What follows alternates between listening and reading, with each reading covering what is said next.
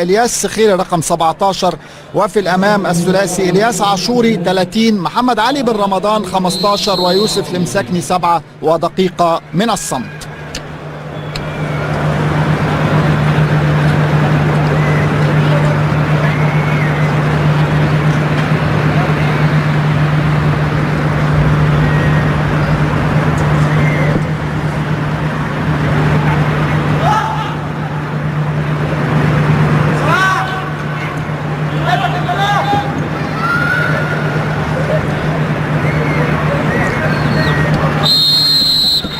نجدد التعازي والمواساة والتضامن بكل تأكيد مع الأشقاء في المغرب وفي ليبيا.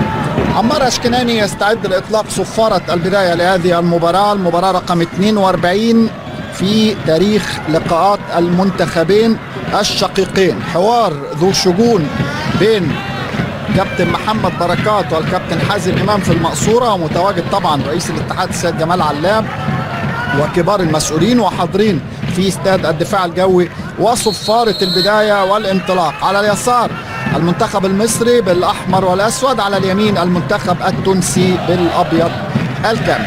ترجع الكرة لأيمن دحمان حارس المرمى. حضور جماهيري مميز زي ما تابعنا وزي ما سامعين وزي ما شفنا، حضور جماهيري مميز كبيرة جدا للمنتخب التونسي في اول دقيقتين من هذه المباراة. تترد على طول لمرموش ومبكرة جدا. هذه كرة خطيرة جدا اتلعبت على حدود منطقة الجزاء، تونسية خطيرة جدا، لسه خطيرة. محمد علي بن رمضان يصلح، واول اهداف اللقاء.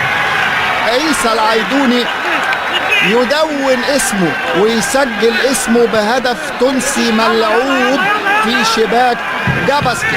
اول اهداف المباراة بهجمة اتنفذت بسرعة جدا، وكلمة السر كان يوسف المساكني اللي بلمسة واحدة وصل كشريدة على الخط من الجانب الايمن اللي لعبها بالمقاس جوه منطقة الجزاء. استغلوها والكثافة الهجومية والعدد، شوف كام واحد متواجد، وخطأ في التشتيت من علي جبر وتتصف المساكني. مرة اخرى يوسف عرضية مطالبة بلمسة يد.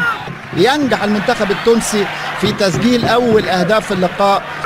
فريق منظم جدا، وفريق طبعا الانطلاقه من عمر حطها حلو قوي. صلاح على حدود منطقه الجزاء، صلاح يقفلها الى كاس الامم الافريقيه. علولو يستلم كورته، ترجع الكوره من جديد. سخيري جوه المنطقه، المساكني وبالخطا في مرمى حمدي فتحي، بالخطا في مرماه يسجل تاني اهداف منتخب تونس في الدقيقة 7 بعد هجمة يقودها ايضا يوسف المساكني. فرحة تونسية طبعا في المدرجات، هدفين في اول 7 دقايق بعد انطلاقة ومحاولة من يوسف المساكني والياس عاشوري، وفي النهاية تتلعب ايضا عرضية. شوف الجبهة اليمنى، ولا يوجد اوفسايد، لا يوجد تسلل قادم من الخلف. وادي الكرة العرضية قبل ما توصل الى يوسف المساكني. حمدي فتحي بيحاول يبعد الكرة لكن تخبط فيه وبالخطأ في شباك ابو جبل. تاني اهداف المرة تاني زيزو ودحمان من جديد، لعبها مرة تاني بالراس لكن تضيع، تصل الى عمر. الله يا عمر كمال عبد الواحد يسجل اخيرا، يسجل اول الاهداف. لسه بقول لحضراتكم بدأ الشكل يبقى احسن، بدأنا نروح، بدأنا نقرب، بدأنا نوصل، بدأنا نهدد مرمى ايمن دحمان اللي كان سد منيع لغاية دقيقة واحدة بس فاتت. لكن الآن في مواجهة قذيفة عمر كمال عبد الواحد، قذيفة من خارج حدود منطقة الجزاء.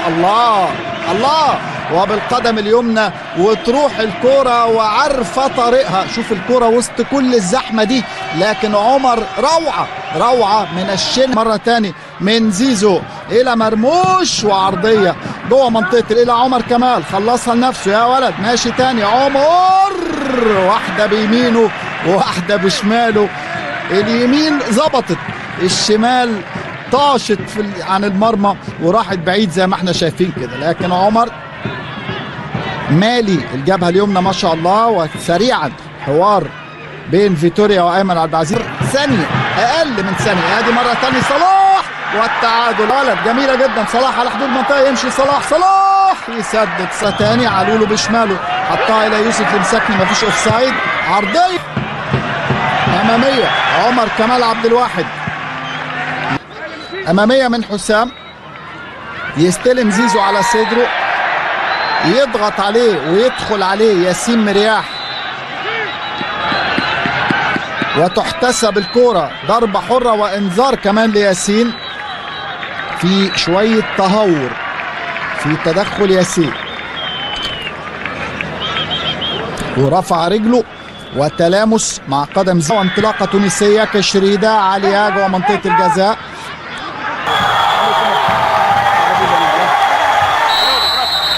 هو صاحب هدف الفوز في مباراة اثيوبيا منذ ايام، الايطالي. وكرة استلام من عمر حمدي فتحي، طالت اتقطعت مع المنتخب في الألفية الحالية. أمامية صلاح ودحمان والمرمى فاضي، لكن فين يا مصطفى؟ فين يا مصطفى؟ خرج دحمان، حاول صلاح، اتردت الكرة واتصلحت عند مصطفى محمد اللي لعبها في اتجاه المرمى لكن بعيدة جدا. لعبت الكرة بسرعة، ياخدها لنفسه ويمشي، عرقلة من بيكهام، وانذار واعتراضات من لاعبي المنتخب التونسي. بيقولوا اكيد يعني في كلامهم انها كانت فرصة محققة وبالتالي بتاني، لكن خرج ابو جبل والمرمى فاضي، والثالث تونسي. الهدف التونسي الثالث في الثانية الأخيرة في المباراة بعد هجمة سريعة خاطفة، صناعة حنا بعل وأيضا عمر العيوني، لكن التسجيل في النهاية أعتقد أنه كان عن طريق حمزة رفيعة. خلينا نتأكد، هو حمزة فعلا، حمزة رفيعة بالفعل هو اللي يسجل الهدف التونسي الثالث في هذه المباراة في الدقيقة 95. إذا الشوط الأول 2-1 لتونس، الشوط الثاني نجح نسور قرطاج في تسجيل هدف ثالث والمباراة خلاص بتنتهي. ادي محاولة عمر العيوني خطير جدا، وادي حنا بعل، وخلصها في النهاية حمزة رفيع في شباك ابو جبل، وتبقى 3-1. ويدون